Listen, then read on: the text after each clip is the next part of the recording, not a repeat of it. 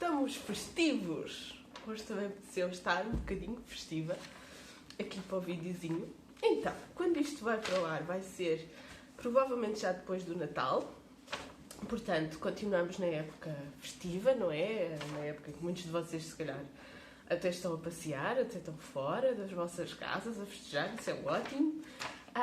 Mas se vocês planearem neste inverno, ou num dos invernos dos anos seguintes, fazer um percurso no Japão que passe por um sítio que é bastante famoso e bastante interessante de se visitar e está muitas vezes a ser publicitado, que é Shirakawa.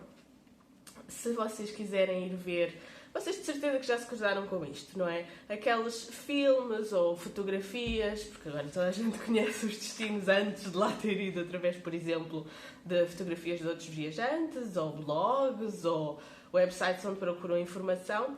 E se vocês já viram aquelas casinhas que têm este formato, têm um teto triangular em que as águas furtadas, os lados do triângulo do telhado são assim muito inclinados, muito íngremes. Na verdade, esta posição é considerada a posição de mãos postas para oração no budismo e é isso que dá nome a essa arquitetura. Já vou falar um pouco mais sobre isso. Então, se viram estas casinhas, que geralmente o telhado é feito de colmo, é uma espécie de palha, é um produto natural.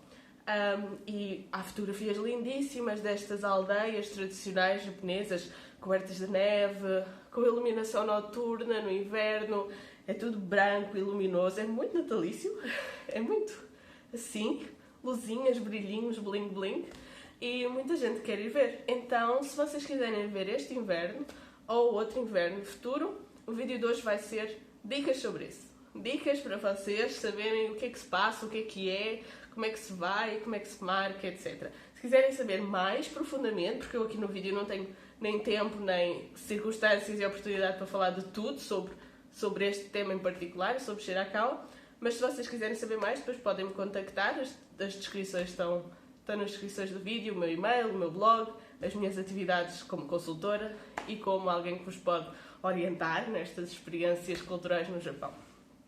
Então, tópicos, para não me perder. De facto, Shirakawa, sobretudo Shirakawa-go, é muito famosa no Japão desde que foi classificada pela Unesco como Património Cultural da Humanidade. Vocês sabem que a Unesco tem essa categoria do World Heritage, Património Cultural da Humanidade, e Shirakawa-go e todos estes vales nesta zona e as aldeias nesses vales foram classificadas, um conjunto de aldeias foi classificada como Património da Humanidade pela Unesco porque congrega valores, isso é que está por trás da classificação, valores que são, por exemplo, a capacidade, o saber fazer desta arquitetura tradicional, saber fazê-la desta maneira. Por exemplo, estas construções são feitas 100% em materiais naturais, vários tipos de madeiras, o que significa que para construírem estas casas têm que também que preservar as florestas que fornecem a madeira para se poder construir desta maneira.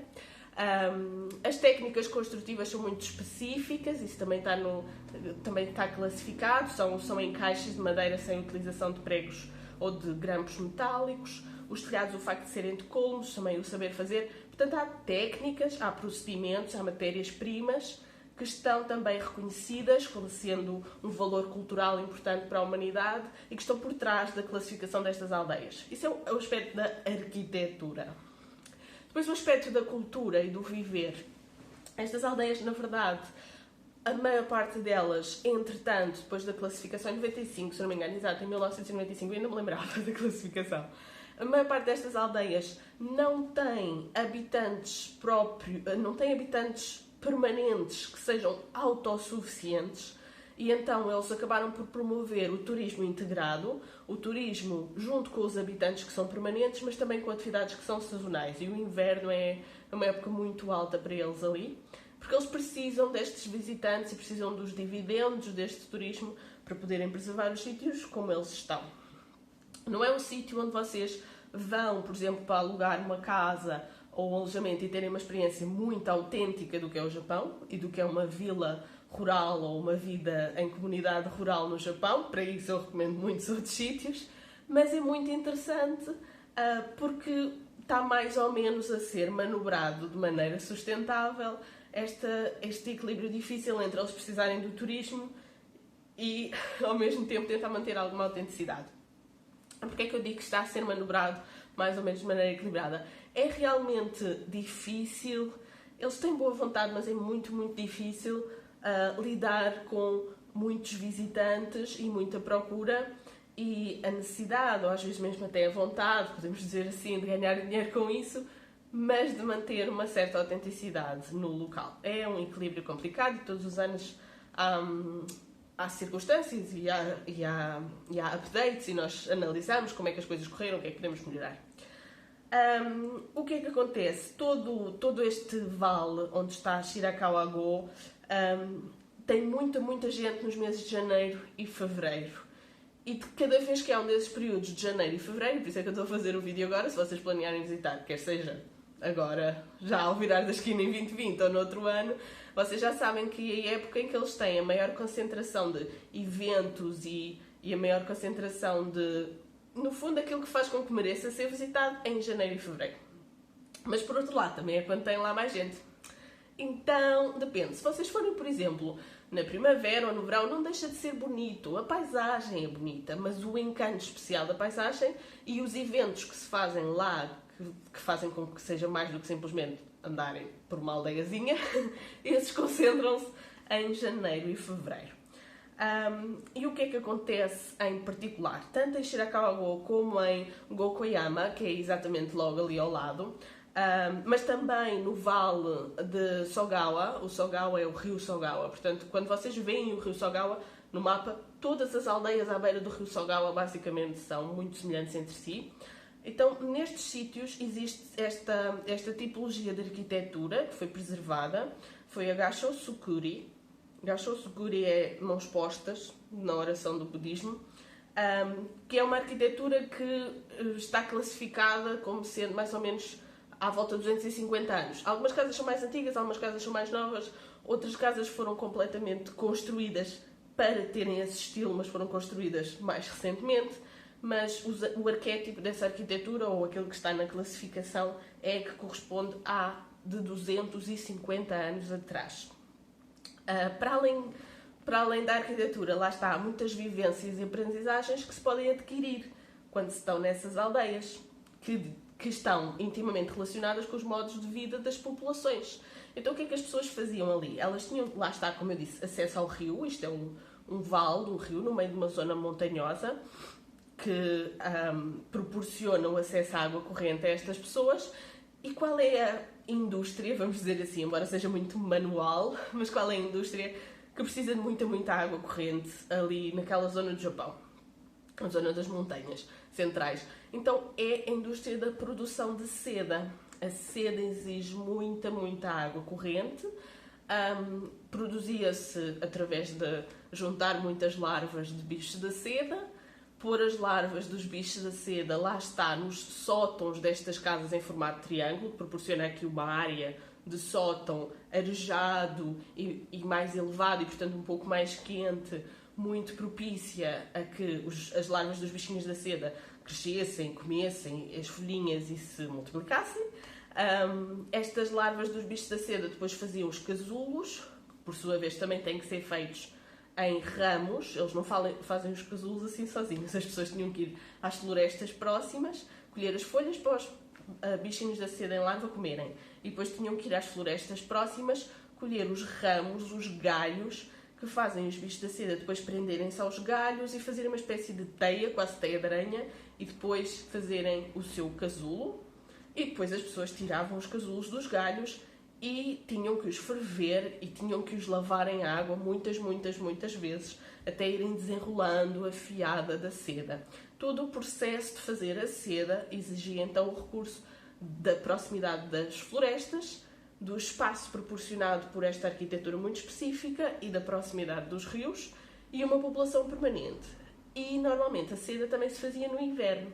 Então as pessoas durante a primavera e o verão cultivavam, por exemplo, tinham as suas hortas, tinham a agricultura de subsistência e durante o inverno faziam a seda. O que é muito difícil, porque vocês estão com as mãos, eu já fiz, vocês estão com as mãos em água muito fria, quase a ponto de congelar, é muito doloroso. E esta relação entre viver ali, habitar aquele espaço, ter a proximidade das montanhas, a produção da seda, tudo isso constitui o valor daqueles espaços. E por isso é que eu digo que pode ser muito pedagógico, pode ser muito interessante vocês ficarem ali, sobretudo se ficarem ali 1 ou 2 dias e tiverem a oportunidade de visitar as casas que são mais estilo casa-museu, para além daquelas em que vocês podem ficar alojados. Então, algumas casas lá está, algumas casas são mais do estilo casa-museu e outras casas são mais do estilo Minchico. O que é Minchico? Minchico, muita gente às vezes pensa que é uma espécie de ryokan familiar. Não tão fancy, não tão estiloso. Uma Minchico é basicamente uma casa onde ainda habita gente, onde ainda está lá gente a morar e que têm registro oficial, não é? Na prefeitura, têm autorização e têm condições para receber visitantes. Mas ao contrário dos ryokans, que por exemplo existe uma Associação Nacional de Ryokans, existem regras, etc. Ao contrário disso, a Minchico é muito mais caseirinha, é muito mais caso a caso. Vocês podem ficar numa Minchico em que, por exemplo, existe uma sala comum, uma sala que até é utilizada durante o dia para receber pessoas, para tomar chá, para comer, etc. E que à noite eles dão-vos o futon, vai cada pessoa da casa dormir para o seu quarto e vocês podem ficar com o vosso futon a dormir na sala. Portanto, vocês estão a pagar, vocês têm que pagar para ficar numa Minchico, têm que se inscrever na Minchico através, por exemplo, de sistemas de reserva prévia, como o Agoda, o Rakuten, o Japanican, agências de viagens, consultores que combinem entre vocês e a Minchico como vai ser a vossa estadia, como eu faço. Portanto, a Minchico existe esse tipo, depois existe o tipo em que vocês têm um quarto, mesmo como se fosse o quarto de um habitante da casa. Os níveis de privacidade podem variar muito de uma para a outra. Lá está, pode ser um sítio que nem sequer tem uma porta de correr ou de fechar, ou o que seja, ou pode ser um quarto mais privado.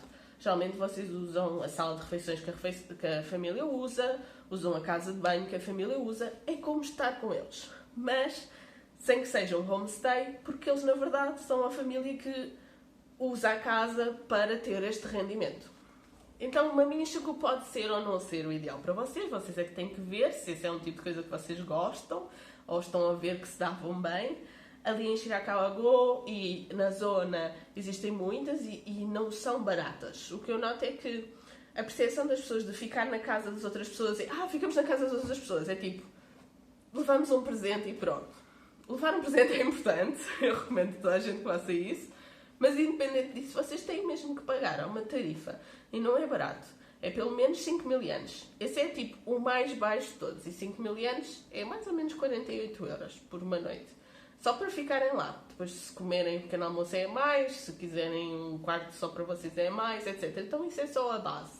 E acima disso há as taxas turísticas. As taxas turísticas variam de local para local, às vezes até variam de meses. E pode haver taxas se vocês forem participar em certas atividades promovidas pela localização local, organização local de turismo ou a própria família que está a explorar aquela casa. As reservas devem ser sempre feitas com muita antecedência, porque estes sítios, como eu disse, são muito visitados, são muito populares. E então, apesar dos preços serem altinhos, eles esgotam com muita antecedência. Então, têm mesmo que ser reservados com muita antecedência. O que é que eu queria dizer mais? Existem eventos, lá está, em janeiro e fevereiro. É quando se concentram a maior parte das coisas para fazer, estando lá. E um dos eventos, que é o famoso, é o Light Up. O que é o Light Up? Eles deram este nome, Light Up. Este nome em inglês que os japoneses pronunciam assim. Então, o Light Up é um evento em que as casas, as ruas, alguns celeiros, alguns caminhos de montanha, etc., vários sítios diferentes, têm uma iluminação muito bonita. Fica tudo cintilante e brilhante e lindo. E ao final da tarde, com a neve, é mesmo idílico. Eu acho que até tem um ar natalício, apesar de ser depois do Natal. No entanto, o Light Up é uma coisa que agora já não é só chegar lá e participar ou chegar lá e ver. E depois há coisas a acontecer na rua, há comidas e bebidas e não sei o quê.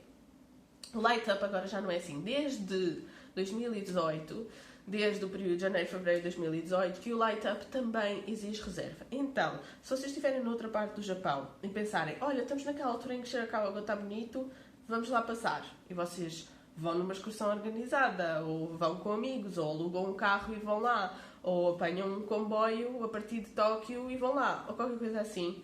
Não, vocês agora não podem entrar. Estas são as notícias que eu gosto de dar neste canal, gosto de dar nos meus vídeos, porque eu gosto de prevenir que as pessoas façam as coisas sem preparação e depois tenham experiências negativas. Então tenho já que avisar, vocês precisam, é obrigatório, vocês reservarem ou duas uma, ou reservam estadia lá em Shirakawa-go, neste período de janeiro e fevereiro, numa altura em que haja light up, e já vos vou dizer quando é que há mesmo light up, ou então vocês reservam junto de uma agência de viagens japonesa, ou um consultor que trabalha no Japão, eu ou outros, há vários, há português, há brasileiro, há espanhol, há francês, há italiano, há alemão. Se vocês quiserem outros, forem bilíngues noutras línguas, ou quiserem outras pessoas, eu recomendo-os porque eu conheço. Eu conheço alguns, pelo menos.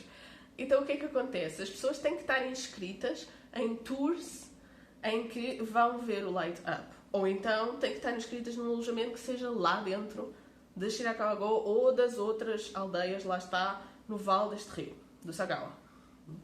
E vocês têm que estar inscritos porque se vocês forem simplesmente de autocarro, ou de táxi, ou de carro, até chegarem lá, vocês não vão entrar.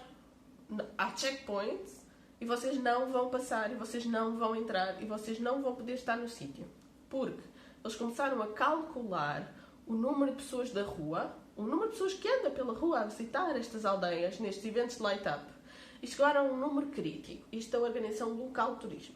E tendo chegado a um número crítico, verificou que acima daquele número não era confortável para os visitantes, eles faziam sempre inquéritos, e ainda fazem inquéritos de satisfação e tal, não era satisfatório para os visitantes, nem os japoneses, nem os estrangeiros, e depois as pessoas muitas vezes iam na esperança de poder lá ficar a dormir, mas ainda não tinham reservado e depois não podiam ficar a dormir, e isso causava também problemas para os alojamentos, porque estavam sobrelotados, tinham que dizer que não às pessoas, e as pessoas ficavam descontentes e escreviam más reviews dos alojamentos.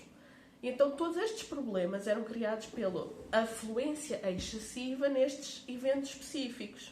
E portanto eles criaram checkpoints fora, vocês nem sequer entram neste vale, em que ou vocês têm prova de reserva de estadia que vão lá ficar, ou vocês vêm num tour organizado, ou vocês estão acompanhados de um consultor que faz a prova de ter reservado lugar para estar lá dentro nestas datas e nestes eventos, ou vocês não entram. E isso é muito incómodo. É muito incómodo as pessoas fazerem o esforço de lá ir e terem esta expectativa e depois não poderem entrar. Portanto, se vocês quiserem ver os eventos de Light Up em Shirakawa-go ou no Vale do Sagawa em 2020, as datas são 13 de janeiro, porque vai ser um feriado, 19 e 26 de janeiro, são domingos, 2, 9 e 16 de fevereiro. Nestas datas, garantidamente, já foi comprovado, já foi comunicado, vai haver eventos de Light Up. E vocês, se quiserem ir, vão nestas datas, mas façam os respectivos alojamentos. Está bem? Se não, não vão entrar.